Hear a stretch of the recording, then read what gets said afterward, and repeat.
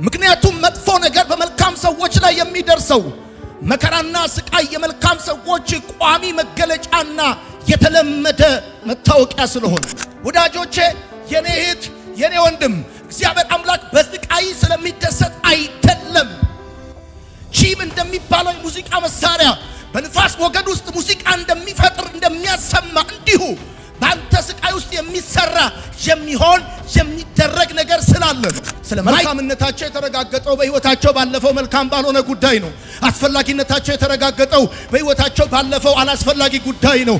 ጠቃሚነታቸው የተረጋገጠው በህይወታቸው ባለፈው ጠቃሚ ባልሆነ ጉዳይ ነው። በህይወቴ የሚያልፉ አስቸጋሪ ነገሮች በጠቅላላ እኔ በጣም ኢምፖርታንት መሆኔን አረጋግጠው ነው የሚያልፉ።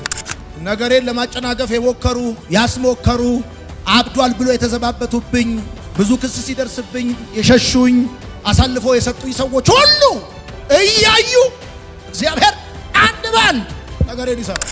ጤና ስናጣ፣ ወዳጅ ስናጣ፣ ስንከሰስ ወይም ደግሞ ስንሰደድ በዚህ ሰዓት የህይወታችን ማብቂያ ቢመስልንም በተቃራኒው ግን የአዲስ ምዕራፍ መጀመሪያ እግዚአብሔር ከላይ ሆኖ ሲጫናችሁ መጽሐፍ ሲናገር ጭቃ በማህተም ሲረገጥ እንደሚለወጥ ተብሎ እንደተጻፈ ስራ አስኪያጁ ወይም ባለስልጣኑ ማህተቡን ሲጫነው ቀለም የነበረው ፊደል ሆኖ እንደሚቀየር ልክ እንደዛ እግዚአብሔር አምላክ ከላይ ሲጫናችሁ ነው እዚህ ምድር ላይ ማስታወሻ የምታስቀምጡት።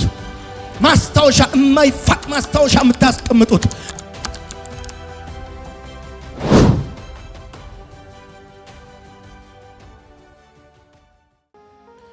የምስራች አለኝ ስለናንተ ህይወት። ልክ አይኖቹ እንደተከፈተለት የእግዚአብሔር ሰው ሳይ በመቃብር ላይ እንደተቀመጠ አበቦች አይደላችሁም እናንተ። ህይወታችሁ በመቃብር ላይ እንደተቀመጠ አበባ አይደለም። ከስራችሁ ያለው የህይወት ውሃ ምንጭ ነው እንጂ ሬሳ አይደለም። ሕያው አምላክ ነው ከስራችሁ ያለው። ዛሬ ታይታችሁ የምትጠፉ አይደላችሁ። በእርግጠኝነት ይሄን ነግራቸዋል። ዛሬ የእግዚአብሔር መንፈስ ንገራቸው ያለኝ ነገር እንደዚህ ነው። በመቃብር ላይ እንደተቀመጠ አበባ አይደላችሁ። ውበታችሁ ይጨምራል እንጂ በኢየሱስም አይረግፍም። ስር እየሰደዳችሁ እንጂ እየረገፋችሁ አትቀጥሉ። ቅርንጫፍ ታወጣላችሁ በጌታ በኢየሱስም። ይሄ ይሆንላችኋል። ይሄንን መልእክት አሜን ብሎ ለሚወስድ ሰው ዛሬ ማታ ይሆንለታል። ይሆንለታል በኢየሱስም። ይሆንለታል በኢየሱስም። ማታ ካታለፋ ወዳጆች ይሄንን መልእክት የነገርኳችሁ መልእክት ብቻ እንኳን ጽፋችሁ ብትሄዱ ዛሬ በጣም ነው ደስ የሚለኝ። የሰራዊት አምላክ እግዚአብሔር እንደዚህ ይላችኋል። በመቃብር ላይ እንደተቀመጠ አይደለም ህይወታችሁ። በመቃብር ላይ እንደተቀመጠ አበባ አይደለም ህይወታችሁ።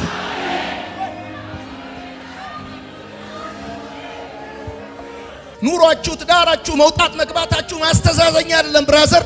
ማስተዛዘኛ አይደላችሁም እናንተ። ማታካታላፋ ማስተዛዘኛ አይደላችሁም። እሱ ብቻ አይደለም የምነግርህ ነገር ነው የምነግርህ። ማስተዛዘኛ ብቻ አይደለም ህይወታችሁ። እግዚአብሔር ምስክሬ በመቃብር ላይ እንደተቀመጠ አበባ ብየስላችሁ። በመቃብር ላይ የተቀመጠ አበባ ከስሩ ህይወት የለምና ከስሩ የሞተ ነገር ነው ያለውና ይገርምሃል። ያ ከታች ያለው ነገር ከላይ ያለው ነገር ሊያኖረው በፍጹም አይችልምና እየደረቀ እየጠወለገ ይሄዳል፣ ይረግፋል። እንደውም ከታች ካለው ይልቅ ፈጥኖ የሚረግፈው ከላይ ያለው የምታዩት አበባ ነው። የኔና የናንተ ህይወት ግን በመቃብር ላይ እንደተቀመጠ አበባ አይደለም። ከምንጩ ጋር ተጣብቀናል። ከእግዚአብሔር ጋር ተሳስረናል። ከምንጩ እንጠጣለን፣ ህይወታችን ይለመልማል። ስር እንሰዳለን፣ በጠላቶቻችን ሰፈር እንገዛለን የሚል ሰው አሜን ይበል። እኔ አየሁ ይኸው እኔ አየሁኝ። ይኸውልህ አደይ አበባ በኢትዮጵያ መስከረም ነው የምትፈካው አይደለ? አውት ኦፍ ና ይኸውልህ ከተለመደው ውጪ በክረምት ታብባላችሁ። ከተለመደው ውጪ በክረምት ታብባላችሁ። ውበታችሁ ከበፊት ይልቅ እየወጣ ይሄዳል። ማታ ካታላ ቫንታ ይሆንላችኋል በኢየሱስ ስም አሜን። አንድ ነገር እንድታስተውሉ ፈልጋለሁ።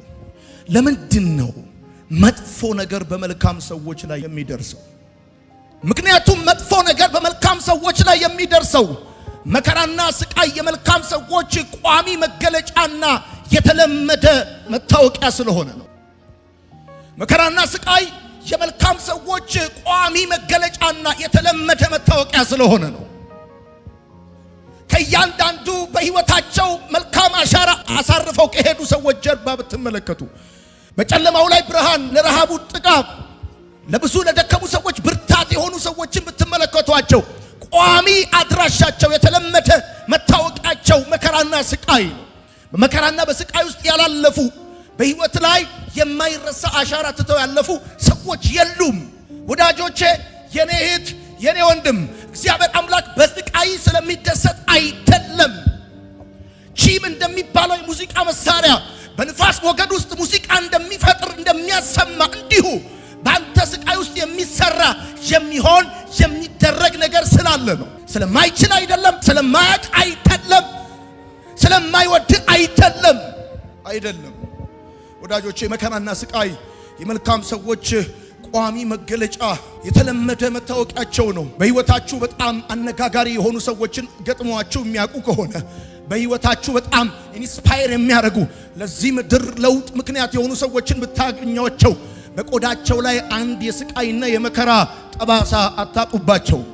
በሰውነታቸው ላይ ያለ የስቃይና የመከራ የመከዳት ወይም ደግሞ ተላልፎ የመሰጠት የመተው ወይም ደግሞ በብዙ አስቸጋሪ የህይወት ምዕራፍ ውስጥ የማለፍ አሻራ የሌለባቸው ምንም ሰዎች የሉ። እግዚአብሔር ከላይ ሆኖ ሲጫናችሁ መጽሐፍ ሲናገር ጭቃ በማህተብ ሲረገጥ እንደሚለወጥ ተብሎ እንደተጻፈ ስራ አስኪያጁ ወይም ባለስልጣኑ ማህተቡን ሲጫነው ቀለም የነበረው ፊደል ሆኖ እንደሚቀየር ልክ እንደዛ እግዚአብሔር አምላክ ከላይ ሲጫናችሁ ነው እዚህ ምድር ላይ ማስታወሻ የምታስቀምጡት።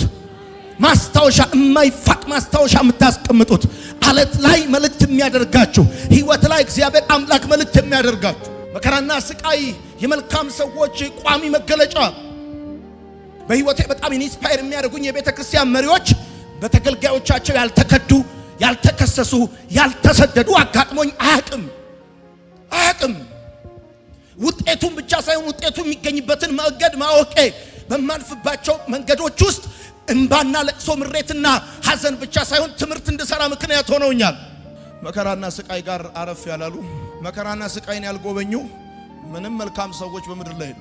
ሁለተኛ፣ ውሃን ከፈሳሽነቱ ድንጋይንም ከጠጣርነቱ ባሻገር ማግኘትም በስሙ መጥራትም እንደማይቻል ያለ መከራና ያለ ስቃይ መልካም ሰዎችን ማግኘትም በስማቸው መጥራትም አይቻል። በየትኛውም የምድር ስፋት ብትዞሩ ውሃን ከፈሳሽነቱ ድንጋይንም ከጠጣርነቱ ባሻገር ማግኘት እንደማትችሉ ሁሉ መልካም ሰዎችንም ያለ ስቃይና ያለ መከራ ማግኘትም በስማቸው መጥራትም አትችሉ።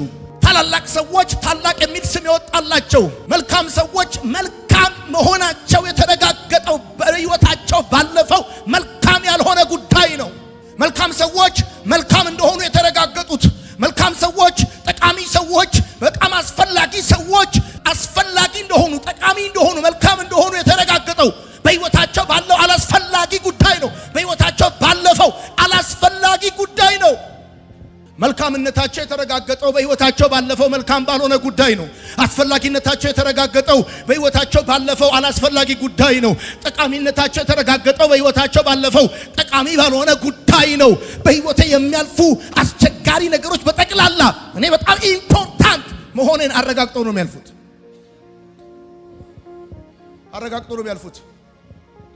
ሰው በሕይወት ማዕበል ካልተፈተነ በእሳት ውስጥም ካላለፈ መልካምነቱ በምን ይታወቃል? ሰው እኮ መልካም ነው የምትሉት መልካም ባልሆነ ጉዳይ ተፈትኖ ነው።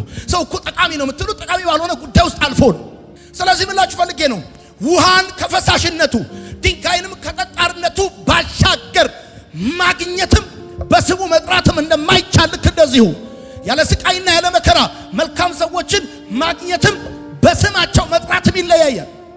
በፍጹም አትችሉም። ለሕዝብ ፈውስ የሆነ ነገር ካረገዝክ የዘመናት የጸሎት መልስ አንተ ውስጥ ካለ ይሄንን የምትገላገለው በብዙ መከራና ስቃይ። አዲስ ነገር በሕይወት የሚሆን ከሆነ በዘሮች በታሪክ በቅምቅም አያቶች ሆኖ ማያቅ ነገር በአንተ እንዲሆን የሚፈለግ ከሆነ ከዚህ በፊት ያልነበረ ማንንም የማይመስል አዲስ ነገር እግዚአብሔር በአንተ ሕይወት መስራት ከፈለገ ይሄን ነገር እኮ መልስ ያረገዘ ሰው ማስቲካ ያኘከና ኦፕ እያለ አይኖርም። በብዙ ስቃይና መከራ ውስጥ ማለፍ ግዴታው ነው። ግን ደስ የሚለው ህመማችሁ የቱንም ያህል ብርቱ ቢሆን አጭር ጊዜ ነው። ስቃያችሁ የቱንም ያህል ብርቱ ቢሆን ውጤታማ ነው። እንቅልፍ ያጣሁባቸው ሌሊቶች በጣም ውጤታማዎች ናቸው። ምቾት ያጣሁባቸው ሌሊቶች በጣም ውጤታማዎች ናቸው። አውቃለሁ በጣም ብርቱ ብርቱ ነው፣ ከባድ ነው፣ ስቃዩ ቀላል አይደለም። ነገር ግን እንዲሁ በቀልድ አይደለም የታመምኩት፣ እንዲሁ በቀልድ አይደለም እንቅልፍ ያጣሁት፣ እንዲሁ በቀልድ አይደለም በፔን ውስጥ ያለፍኩት። ህይወት እየተሰራ ነው። ለህዝብ የሚሆን ነገር እየተሰራ ነው። የዘመናት የጸሎት መልስ ነው እኔ ላይ ዳውንሎድ የሆነው። የመከራችሁ፣ የጭንቃችሁ፣ የችግራችሁ ሌሊቶች አጭር ናቸው። ቅድም ነግራችሁ ህመማችሁ ብርቱ ቢሆንም ለአጭር ጊዜ ወዳጆች፣ እኛ ሀገር በጥንት ጊዜ እሳት በቀላሉ አይቀጣጠልም። እስኪቀጣጠል ድረስ ጭሱ ያስለቅሳቸዋል። አንድ ጊዜ ከተቀጣጠለ ግን ዝም ብሎ እሳቱ መሞቅ ነው። አሁን ነገሩ እስኪቀጣጠል መስመር እስኪይዝ ድረስ ነው የሚያስለቅሳችሁ። አንድ ጊዜ ነገሩ መስመር ከያዘ ከተቀጣጠለ ወንድሜ ዝም ብለህ እየቆሰቆስክ መሞቅ ብቻ መሞቅ እየቆሰቆስክ ማታካቻ ኢላታሊቫንታ ጉዳዩ መስመር እስኪይዝ ድረስ ብቻ ነው እያስለቀሰ ያለው። ጉዳዩ ቦታ እስኪይዝ ድረስ ብቻ ነው እያስቸገረ ያለው። እርግጠኛ ሁን፣ እውነቴን ነው የምነግርህ፣ እጅግ ላይ ያለው ነገር እየበዛ ይሄዳል። አሜን ይባላል።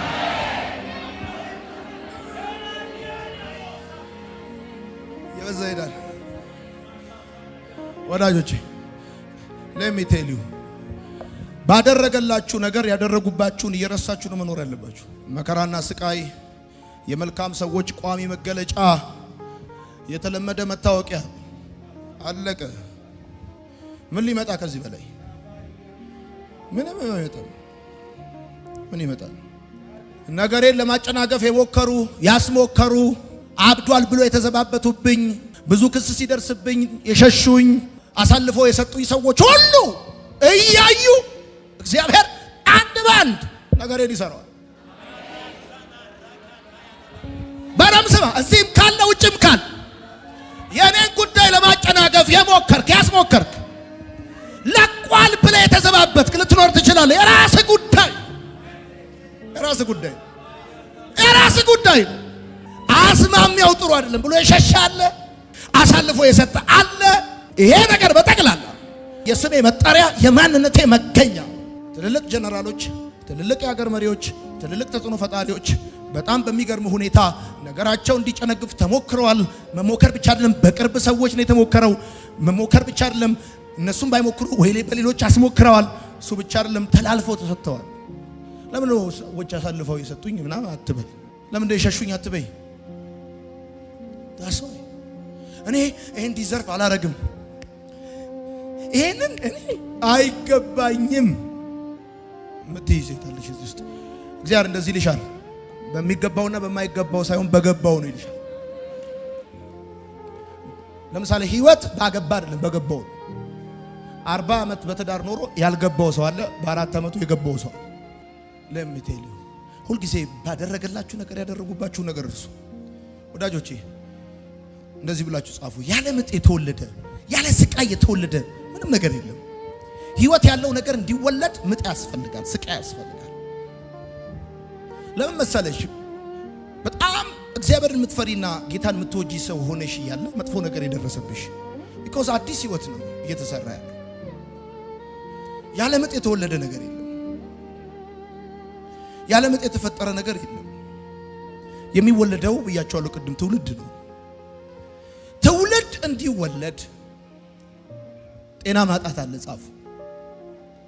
ጤና ማጣት አለ፣ ወዳጅ ማጣት አለ፣ ክስ አለ፣ ስደት አለ።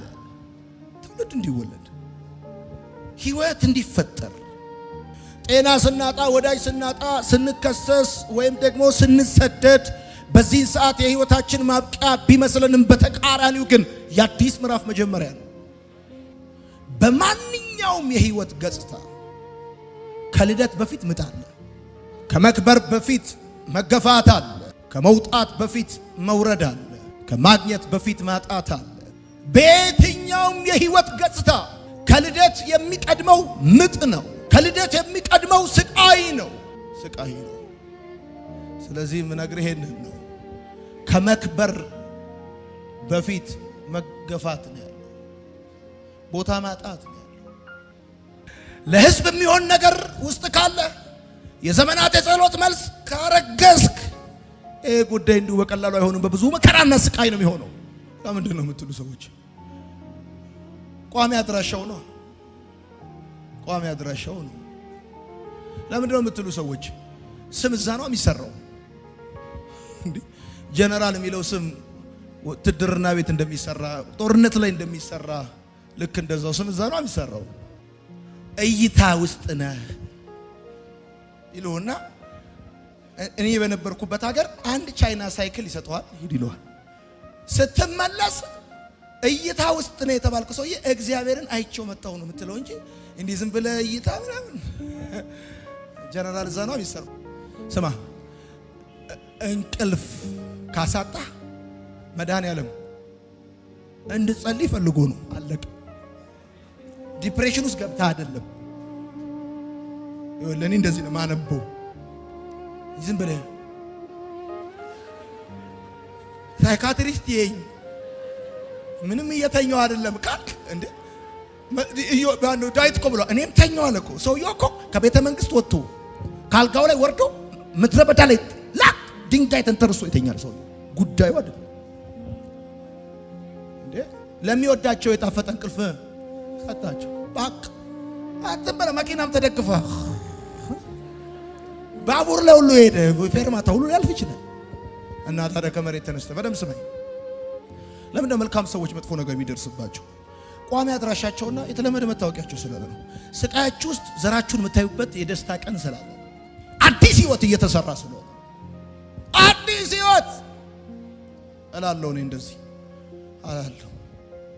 አዲስ ህይወት በቃ አንዱ ይመጣል ቀዶኝ ይሄዳል።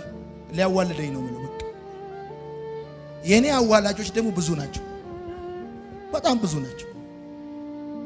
አማተርም ፕሮፌሽናልም ናቸው። እያልኳቸው ያለሁት ይሄንን ነው። ስቃያችሁ ውስጥ ዘራችሁን የምታዩበት የደስታ ቀን አለ። ቆምና እንጸልያለን። ወደድኳቸው እነዛን ቀናቶች። አቤት እኔ ጌታ ቴንክ ዩ ፋዘር። አሁን ከፍ አድርጓ እጆቻችሁን እንደ ተማረ ሰው ከፍ አድርጓ። እንዳታማርሩ ብራዘር፣ እንዳታማር እጆችን ከፍ አድርግና ማታ ካቻታ ሊባ ማለት ዛሬ ተጸልዮልን የመጣው እኮ አልኩ። ይሄ እንድሰማ ይሄ አንተ መልእክት ነው። የሰራዊት ጌታ እግዚአብሔር እንደዚህ ይልሃል። ይሄ መልእክት ነው። በቃ ይሄ መልእክትህ ነው። አንድ የሆነ ያልተገመተ ታላቅ ነገር በሕይወትህ ይሆናል። ከፍ አድርጉ እጆቻችሁ፣ ጸልዩ ከኔ ጋር። ሃሌሉያ ሃሌሉያ ሃሌሉያ። አንተ የሕይወቴ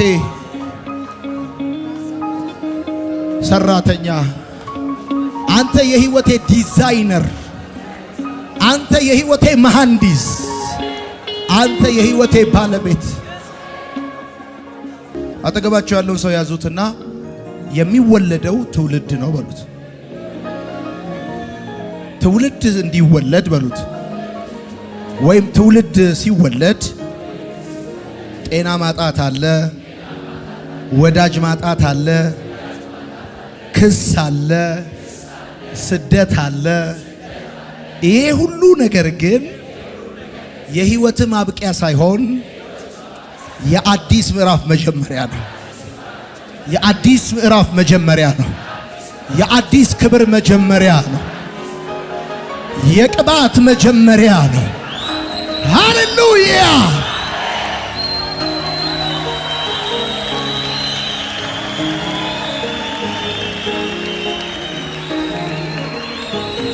ኦኬ፣ የመጨረሻ አጠገባችሁ ያዙ ያለውን ሰው ያዙትና እንደዚህ በሉት።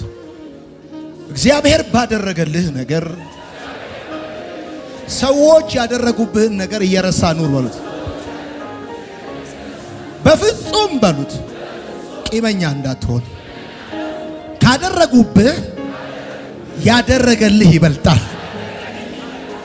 ሃሌሉያ!